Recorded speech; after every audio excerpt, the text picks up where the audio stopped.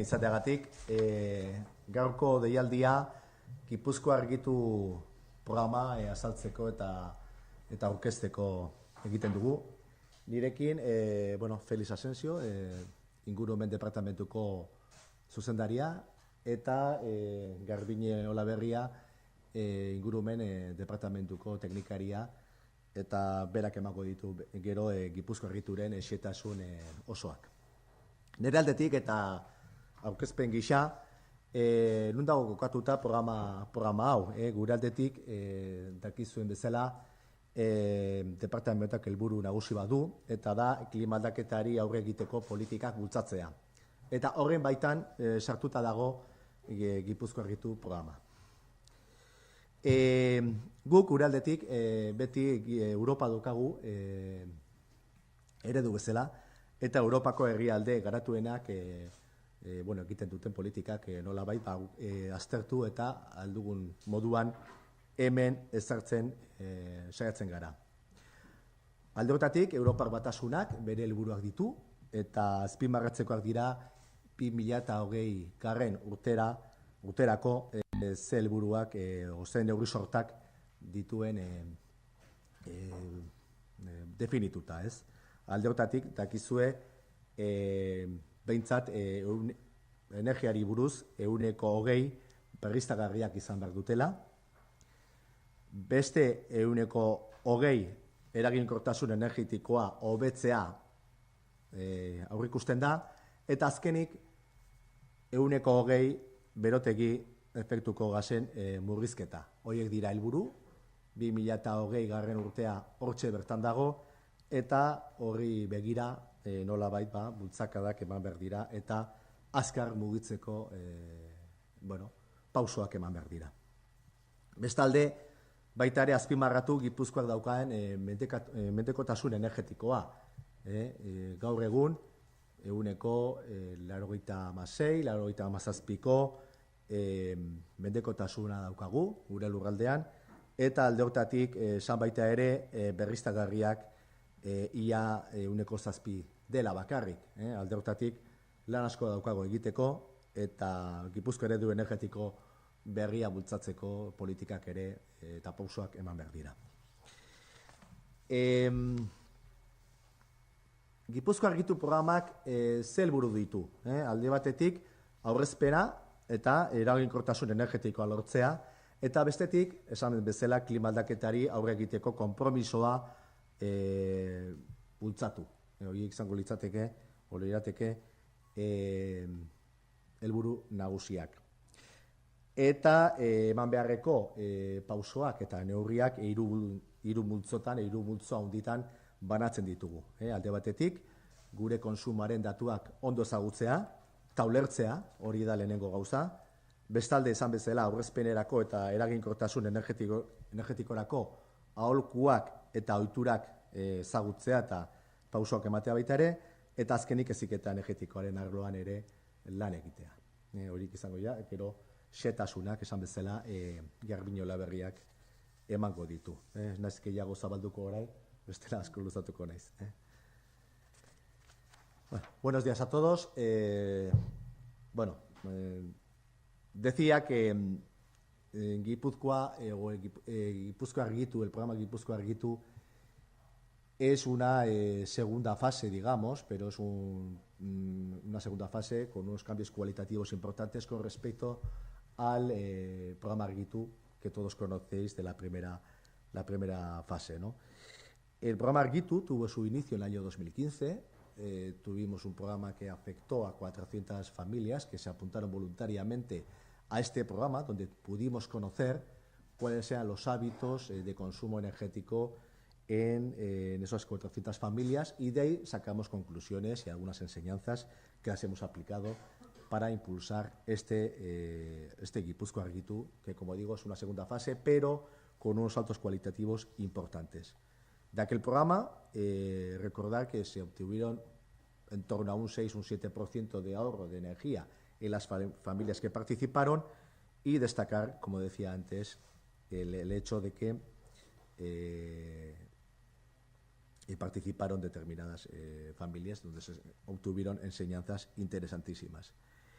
El programa Gipuzkoa Argitu está englobada en las políticas que queremos impulsar en el ámbito de la lucha contra el cambio climático desde la Diputación Foral de Guipúzcoa y, por tanto, es un programa que va a abarcar de aquí hasta final de legislatura, y esperemos que también vaya más allá, pero se prevén acciones que van a englobar los años, lo que queda del 2017, 18 y 19.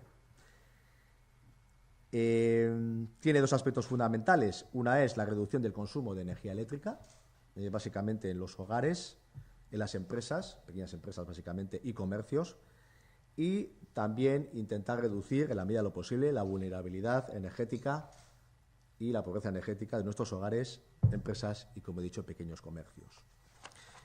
Va a constar de 3 grandes áreas de actuación. La primera sería el derecho que nos asiste a todos los ciudadanos de conocer y entender el dato de consumo. Es fundamental tener el conocimiento más exacto y exhaustivo de cómo y por qué consumimos energía para poder reducir ese consumo. Se van a dar consejos y se van a dar hábitos y pautas de ahorro y eficiencia energética, y por último va a abarcar todo un ámbito de educación en energía que va a ir desde los más pequeños hasta los más mayores. Va a tener un ámbito de actuación, en algunos casos pueblos por pueblo, a través de talleres que se van a impulsar.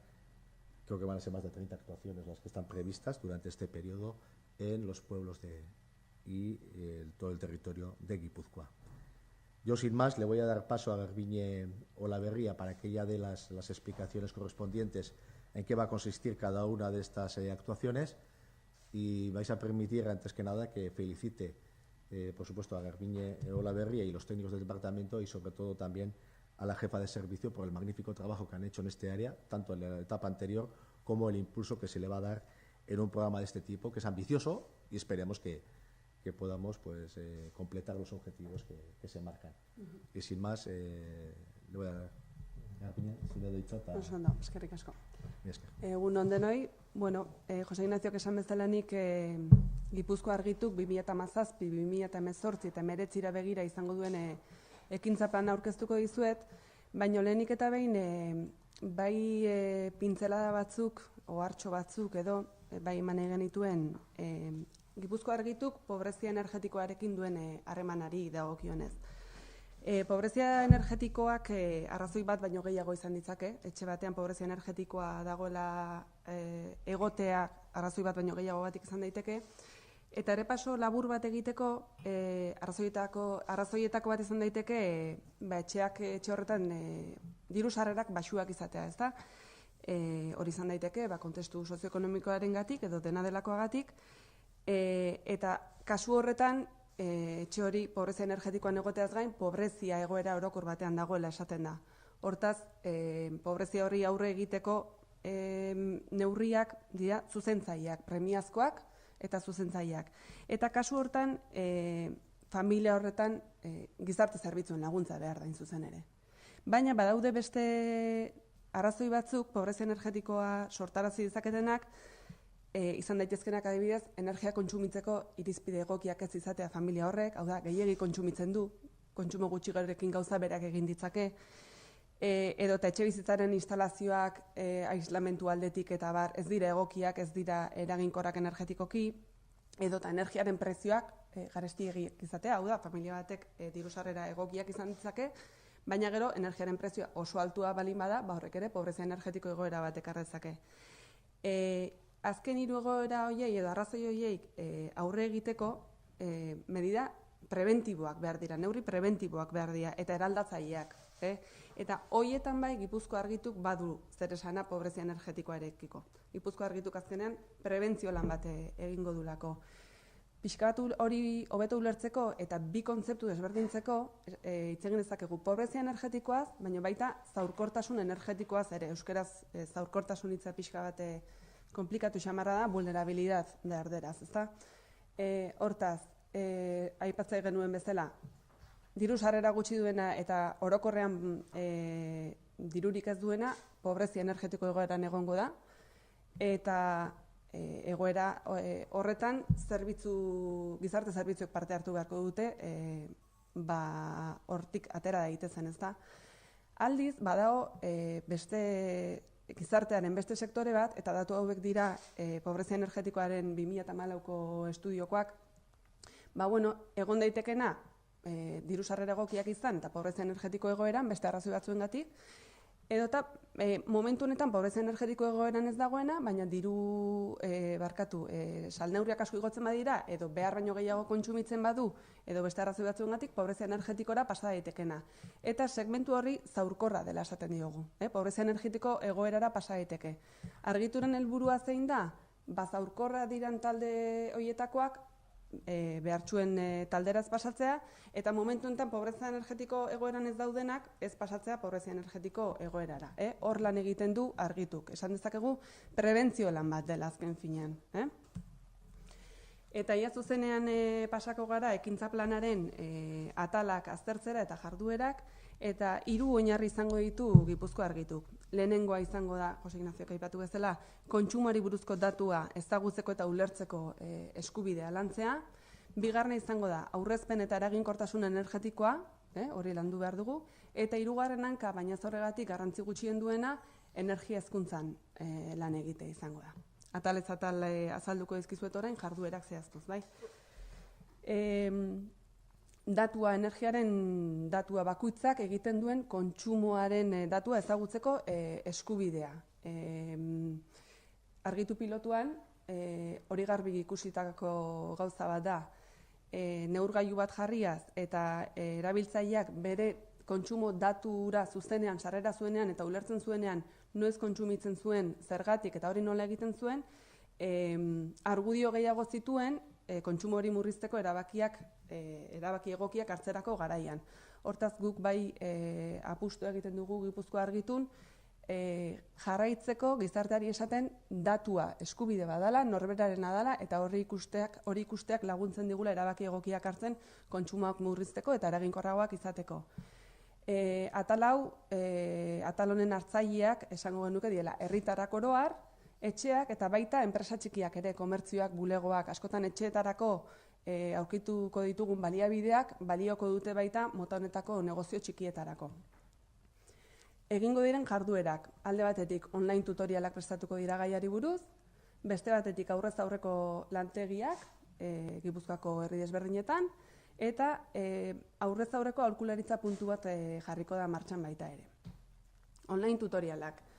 Esandakoa, Argitu pilotoan ikusi genuen neurgailuekin datua eman da familiak eraginkortasun energetikoan hobetzen zutela, 6%an media bezala beraien kontsumoa, argindar kontsumoa murrizten zutela. Ikusi genuena zen, familia askori edo erabiltzaile askori datua kontagailu zehatz bat jarri zenbatea teknikoki konplikatua zela, baina gaur egun legeak ala ezarrita eta pixka bat neurgailu inteligenteen ezartze prozesua ere aurrera dijoalako, ikusi duguna izan da badaudela tresnak, eskuragarri daudenak, ia denantzako, interneten daudenak, erabilitzazkegunak gure datuak ezagutzeko, gure etxeko kontsumo datuak ezagutzeko. Kasu honetan, Iberdrola distribuzion enpresaren tresna, telegestio tresna bat da, eta hori erabiltzen erakutsi egingo dugu online tutorialen bidez. Esan dezakezu eta zergatik Iberdrola distribuzioen tresna bat, ez da? Oso azalpen erresa du. Energiaren munduan bi enpresa mota dauzkagu, banatzaileak, distribuidoras, deitzen zaienak, eta komerzializatzaileak. Banatzaileak dienak energia argindarra kasu honetan gure etxeraino garraiatzen dutenak dira, eta aldiz komerzializatzaileak egiten digutena da, guk erabili dugun energia kantitate hori kobratu, bere zergekin eta abar. Hortaz, kobratzen diguten horiek komerzializatzaileak ugari dira, enpresa asko izan daitezke, baina horiek guri kobratzeko erabiltzen duten kontsumo datua ezagutzen duena banatzailea da. Banatzaileak dakielako etxe horretan zenbat energia sartu den. Eta banatzaileak oso gutxi daude. Gipuzkoaren kasuan, Tolosan, Oñatin eta Leintz Gatzagan udalarena den banatzaile propioa dute, baina gainontzeko lurralde guztian Iberdrola distribuzion da garraio hori egiten duena. Hortaz, lehen esan bezala, legeak ala eginduta kontagailu, neurgailu digitalak eremu guztian, etxe guztietan ezarrita egon behar dute 2018ko abenduaren 31-arako, prozesu hori pixkanak egiten ari den prozesu bada, eta Gipuzkoako etxe askotan jada ezarrita dago, eta telegestio hori martxan daukate. Kontua da, Iberdrola Distribuzionek erraminta hori hor daukala bere web horrian, zerbait dakienarentzako edo interesatzen zaienarentzako bilatu halko du, baina ez da gauza bat asko publizitatzen dena edo oso bistan dagoena. Hortaz guk nahi duguna da, erraminta hori erabilgarria izan da, horren berri eman eta erakutsi nola erabili. Eta tutorialen bidez egingo dugu lehendabizi, tutorial horiek urrian zehar preste izango ditugu, gure web horrian zintzilikatzeko. 3 izango dira, alde batetik datu horietara nola iritsi, erraminta horren bidez, bestetik datu horiek nola erabili murrizteko kontsumoa eta tarifa egoki bat izateko, erabakitzeko datu horien bidez, interesatzen zaigun adibidez, horario desberdinketa duen tarifa bat aukeratzea edo ez, eta bestetik baita ere ikusteko erraminta horretan, ze potentzia dugun eta benetan behar duguna daukagun edo gutxiagorekin moldatu gaitezken. Eta hortaz, potentzia jaitsita, faktura gutxiago ordaindu. Hemen irudi batzuk dituzue erraminta horrenak, ikusten duzuen bezala, normalen egun bateko atzerapenarekin ematen dizkigu ordukako datuak, bakoitzaren kontsumoarenak, grafika horrekin gauza asko ikusten ditugu, noiz kontsumitzen dugun gehien eta abar, konparaketak egiteko aukera ere ematen du, eta beste hau da potentzia agertzen duena. Tutorial horien bidez erakutsi nahi dugu hemen alta ematen eta hau erabiltzen erabaki egokiak hartzeko. Baita ere, ikusita online gauzak poblazioaren gizartearen segmentu batera iristen direla eta beste batzuen gana gutxiago, online gauza erraminta bat erabiltzea bultzatzeko, baita ere egin nahi dugu aurrez aurreko lantegiak egingo ditugu. Hau urritik abendura egingo da, ze lehen bloke hau datuari dagokiona urritik abendura burutu nahi dugu, eta 30 lantegi egingo ditugu herri desberdinetan. Eta azkenik, aprobetxatuz, energia feria esaten dugula, Usurbilgo lanbide eskolarekin elkarlanean, Gipuzkoako herri desberdinetan, hilean behin, izaten da herri batean, feria horietan ere izango dugu aholkularitza puntu bat, independentea den profesional batekin gai honi buruz dakiena, alde batetik erramintan erabiltzen erakusteko, eta bestetik faktura eramaten duen norori aholkularitza zerbitzu bat emanan izateko. Hemen ferien fetxak dauzkagu, urrian Legazpin eta Ziurrenik Goierrin egingo da energia feria bat, azaroan Bergaran eta abenduan Tolosan. Eta bigarren atalera pasako ginateke, aurrezpen eta eraginkortasun energetikoari dagokiona. Behin datua ezagutzen badugu eta pixka bat egokitu balin badugu gure etxeko beharrak datu horietara, garaia da erabiltzaileari pixka bat errazteko eraginkortasunerako bide hori. Hor jada baditugu guk publikoa herritarrak oroar, etxeak eta enpresa txikiak, lehengo kasuan bezala, eta hemen egingo diren jarduerak izango da online katalogo bat, aholku eta irizpideekin, eta eduki berriak sortu, offline katalogo bat, hau da beste formatuan, paper formatuan, eta lantegiak baita ere, baina zuzenean ja eraginkortasun energetikoa eta kontsumoaren murrizpenaren gaiarekin lotuta.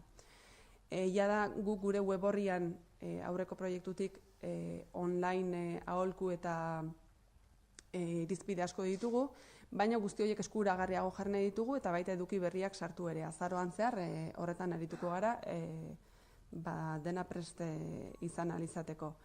Eta horrekin batera, eta lehen esan bezala ikusita online formatuko gauzak ez direla guztien gana iristen, bai ikusten dugu beharrezkoa katalogo hori, online daukagun informazio hori, paperezko katalogo batetara pasatzea.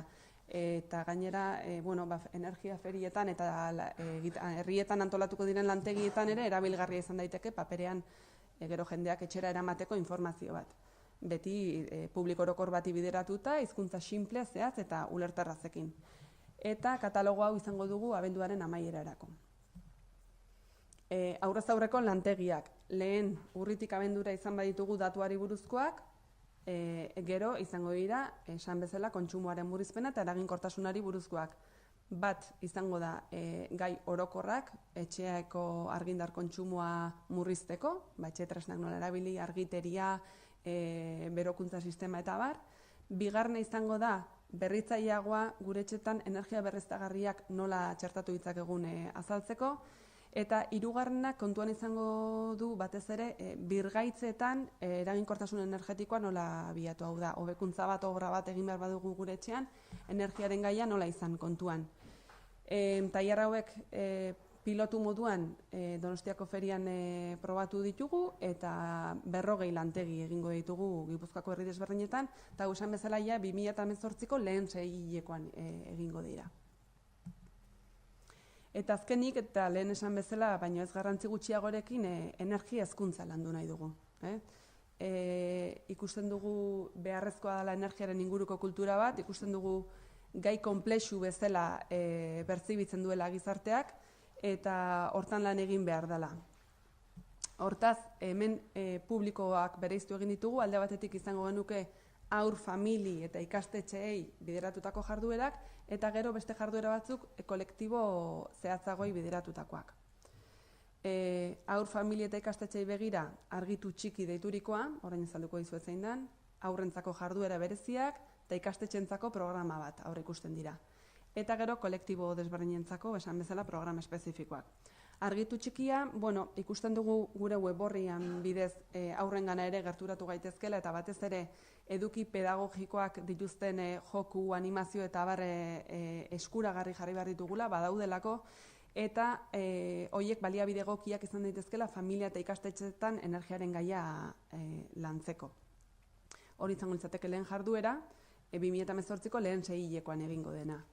Bestalde, aurrentzako ekintza bereziak sartu nahi ditugu energia ferietan, Donostiakoan sartu genuen bezala, alde batetik, hori, energia hezkuntzan aurrekin lan egiteko, feria horietan, eta bestetik horrek aukera ematen dielako baita gurasoi, feria lasaiago ikusi eta kontzeptuak hobeto barneratzeko.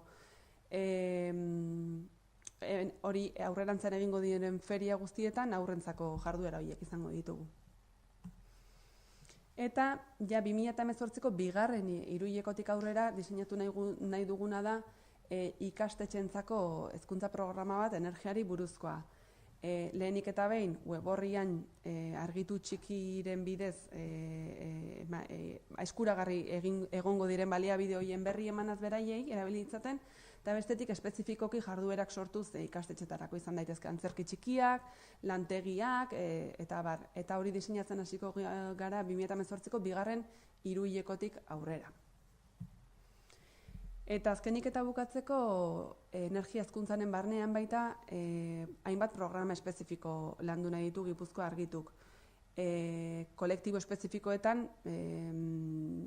zentratuta gazteak, enpresa txikiak, komertzioak, bulegoak, mota horretako enpresak, eta hirugarren adinekoekin dauden zaintzaileak, baita gizarte laguntzaileak ere. Zergatik kolektibo hauek? Adibidez, gazteak ikusi genuelako argitu pilotoan, gazteak zauden etxeetan energia kontsumoan eragin zuzena zuela. Adin horrek nerabezaroan egoteak erabiltzen dituzten gailuengatik, beste baldintzatzaile batzuengatik badu eragina familia horietan kontsumoarekin lotuta, energia kontsumoarekin lotuta. Bestaldetik, enpresa txikiak nahiz eta baliabide batzuk etxeek erabilitzazketen berdinak diren, adibidez Iberdrola distribuzioneko erraminta enpresa txikientzat ere egokia da, baina gero kontsumo batzuk oso espezifikoak dira, bulego batekoak, edo pelukeri batekoak, edo beste komertzio mota batekoak. Orduan horiek espezifikoki landu behar dira, eta gero hirugarren adinekoen zaintzaileak edo gizarte laguntzaileen kolektiboa lantzearen zergatia da batez ere kolektibo hauek lotura zuzena edo harreman zuzena dutelako pobrezia energetiko egoeran dauden etxeekin. Hortaz, pertsona hauek, horiekin harremanetan dauden pertsona hauek, energia eraginkortasun eta energia murrizpenaren inguruko jakintzak edukitzeak erraztu lezake pobrezia energetiko duten etxe horietara ere, pixkate gai hauek iristea. Eta programa hauek ere 2018ko bigarren hiruhilekotik aurrera diseinatuko dira. Eta onarte, nahikoa izan dela, uste dut.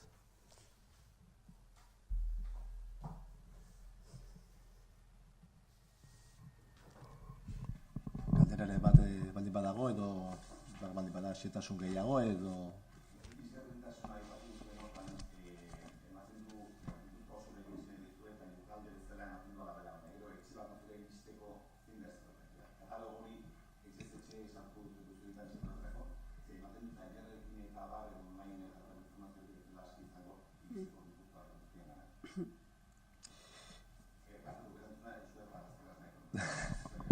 Bai. Bueno, oraindik gauzak ez daude erabat bideratuta. Egia da, 30 tailer egingo direla, ez? Herri nagusienak edo handienak, behintzat, eta, bueno, noski eskualde guztitan egingo den tailerrak izango dira, eta energia astea edo energiako jardunaldiak ere ezagunak dira. Hala eta guzti, ados nagozukin, nolabait horrei publizitatea edo behintzat informazio banaketa egin behar dela. Zertatzen da, online informazioa noski zabalduko da, eta hortarako jarriko dira iragarkiak eta bar, eta offline informazio hori, hau da, liburuskak eta hori, nolabait ere zabalduko dira. Oraindik, setasuna falta dira, baina noski, bai tailerretan eta bai energia jardunaldietan banatuko dira. Hori hala da. Helburua noski dela herritar guztiei zabaltzea informazio osoa. Hori izango litzateke helburua, eta hortarako erabiliko ditugu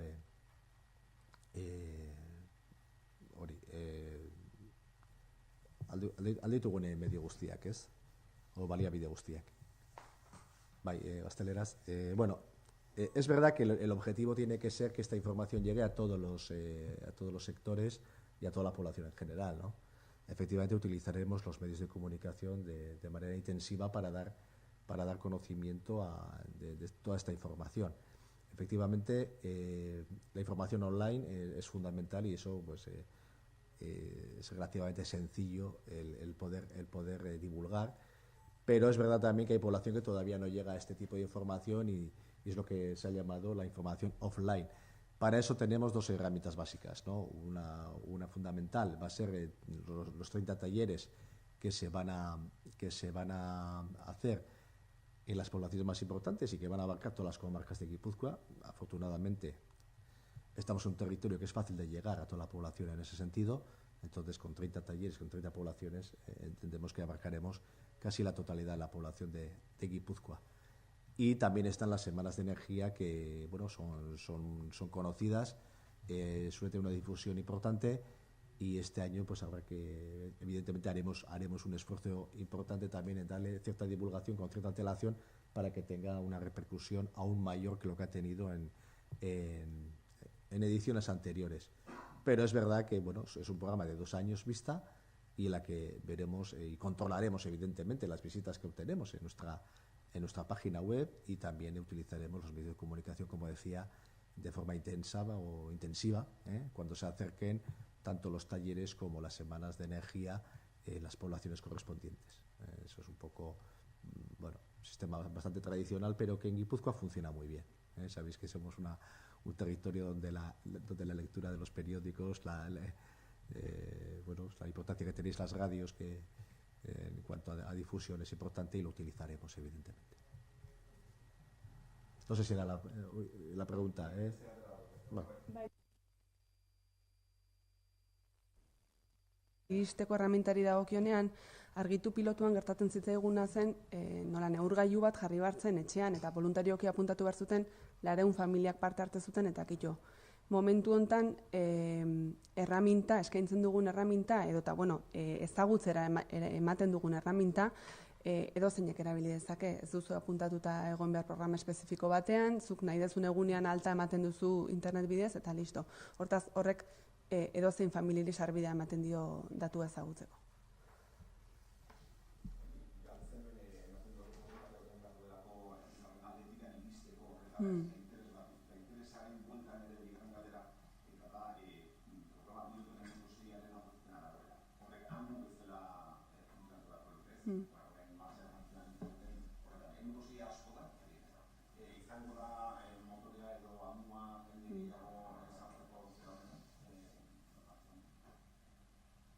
Bai, asko da nala ez, datua da, ez?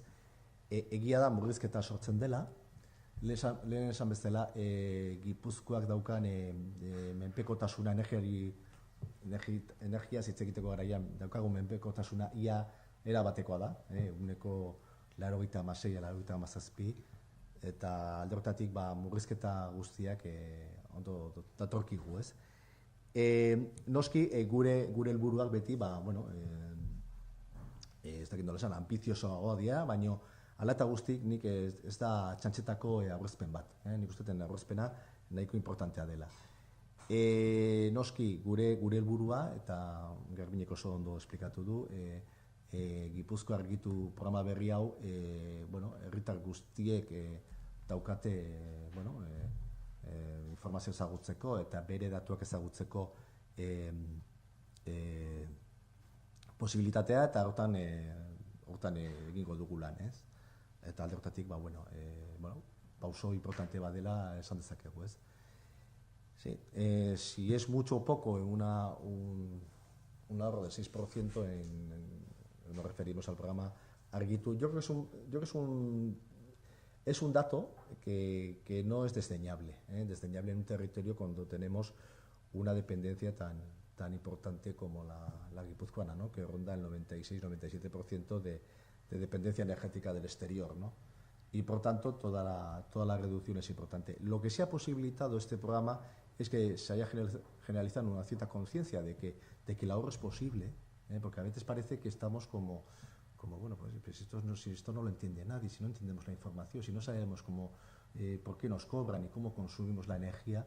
Lo que ha posibilitado es que hayamos hecho una experiencia en 400 familias. Si es verdad que ya lo dijimos en su momento, que quizás no era un dato estadístico en cuanto a selección de familias, porque la gente se apuntaba y son familias que se apuntaban voluntariamente, pero sí es verdad que 400 familias en Guipúzcoa es un dato muy importante, donde se han obtenido enseñanzas importantes y donde ha posibilitado que nos hayamos animado y desde el departamento hayamos impulsado o hayan impulsado estos programas, como hemos detallado en estos momentos, ¿no? Que abarcan distintas capas de la sociedad y donde la información hay que transmitirla acorde a las necesidades de cada colectivo, ¿no? No es lo mismo un colectivo de mayores que un colectivo de, esa educación desde los más pequeños, que como bien sabéis, al final eso acaba trascendiendo hacia las edades más adultas, ¿no? Y por tanto yo creo que es un dato, volviendo a la pregunta inicial, es un dato importante, un 6% es un dato importante. Si eso se consiguiera sostenido en el tiempo, que al final aquí no tenemos que conseguir el ahorro puntual de en un determinado año, en un determinado periodo de tiempo, sino que tiene que ser sostenido en el tiempo. Si somos capaces de conseguir esos ahorros de forma sostenida en el tiempo, evidentemente al cabo de una década, pues evidentemente habremos obtenido unos ahorros muy sustanciales. Eso es lo que tenemos que perseguir desde la responsabilidad pública, ¿no? Y bueno, Guipúzcoa desgraciadamente es muy dependiente en materia energética, tiene mucho que hacer y bueno, como he comentado también al principio, hay unos objetivos al año 2020, a 2030 y más allá, que nos ha marcado Europa, y nosotros desde la Diputación Foral de Guipúzcoa estamos impulsando políticas de este tipo para que afortunadamente o demos pasos, ¿no? Demos pasos a futuro de forma de que podamos mejorar sustancialmente, por una parte, los ahorros en energía, de la vulnerabilidad de la pobreza energética ya se ha hablado sustancialmente, y esa dependencia exterior que tenemos y ese grado de autonomía que tenemos que conseguir en Guipúzcoa, pues iniciemos un camino que a lo largo de la próxima década pues sea visible, ¿no?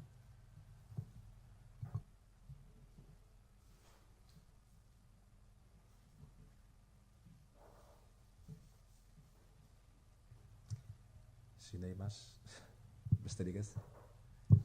Mila esker guztioi eta ondo izan.